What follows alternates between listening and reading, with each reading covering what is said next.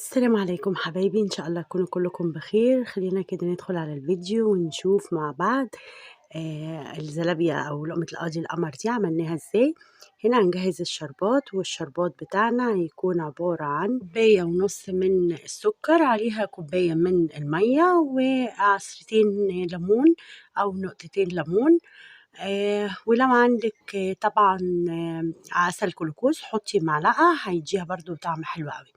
هنا هنجيب الدقيق بتاعنا، والدقيق بتاعنا هيكون عبارة عن، يعني أنا بعمل كمية قليلة قوي، مش بعمل كمية كبيرة علشان خاطر ما يبقاش عندي كمية كتير. هنا دي كوباية دقيق، نضيف عليها معلقة من السكر، وهنضيف عليها كمان معلقة من نص معلقة أو معلقة من النشا. أنا بصراحة حطيت معلقة، هي المقادير المظبوطة نص معلقة، ونص معلقة صغيرة من البيكنج باودر، وهنضيف كمان الخميرة. تقدري تستغني عن البيكنج باودر لو انت هتحطي خميرة بس، ده لو انت هتسيبيها وقت. لو هتسيبيها الوقت اللي انا هقولك عليه هتحطي البيكنج باودر وهتحطي كمان الخميرة. طبعا الخميرة هي نص معلقة خميرة فورية، وبتحطي عليها نص معلقة بيكنج باودر.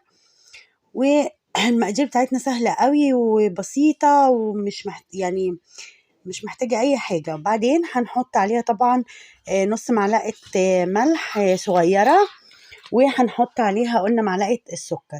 كده المقادير بتاعتي كلها موجودة. هنبدأ بقى بعد ما نقلبهم كده مع بعض، هنبدأ نضيف عليهم المية. والمية بتبقى عملية تقديرية، يعني أنا هنا اهوت المفروض إني أحط ربع كوباية مية دافية. أنا بصراحة أخدت معايا حوالي نص كوباية من المية الدافية، ده على حسب الدقيق بتاعك. انتي حاولي تحطي المية بالتدريج، ما تحطهاش مرة واحدة. شايفة سمك الخليط بتاعي أو الخيطة دي كده، أنا عايزاه يكون كده.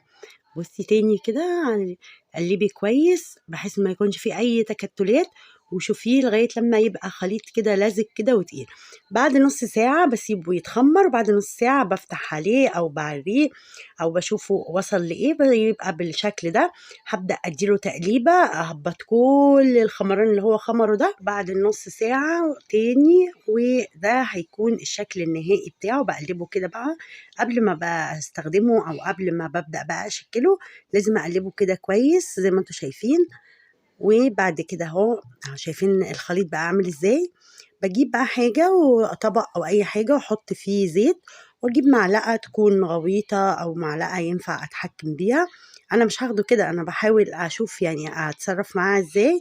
وبقول لك لو انت هتعملي بمعلقه كده مش هينفع، لازم تعمليه بايديكي وبعدين تعملي بالمعلقه. وهنا عايزاكي تتقمصي دور بقى الراجل بتاع الزلابيه كده او بتاع لقمه القاضي، وتبداي بقى بايديكي تضغطي على العجين، وتبداي تبلي المعلقه بتاعتك بالزيت، وتنزلي طبعا بيه في قلب الطاسه في قلب الزيت السخن بالشكل دوت كده، ويطلع معاكي لقمه القاضي العسل ديت. لو انت حابه تعمليها زلابيه طلعيها، بتكون بس غيرت اللون بتاعها شويه، وطلعيها لما تبرد خالص تنزليها تاني في زيت سخن تاني، وبعدين تخرجيها تحطيها في قلب الشربات. في ناس بتحبها بالشربات، في ناس بتحبها بالعسل، في ناس بتحبها بالنوتيلا او بالشوكولاته، زي ما انت حابه تقدري تعمليها. وده كان فطار بتاعنا لذيذ، منه فطار ومنه حلو، وبألف هنا وشفا. هتسمعوا بقى دلوقتي الصوت بتاعها تحفة تجنن، بصراحة كانت جميلة قوي. هما كانوا مستنيين ان انا اعملها لهم وعملتها لهم طبعا. واسمعوا معايا كده الصوت.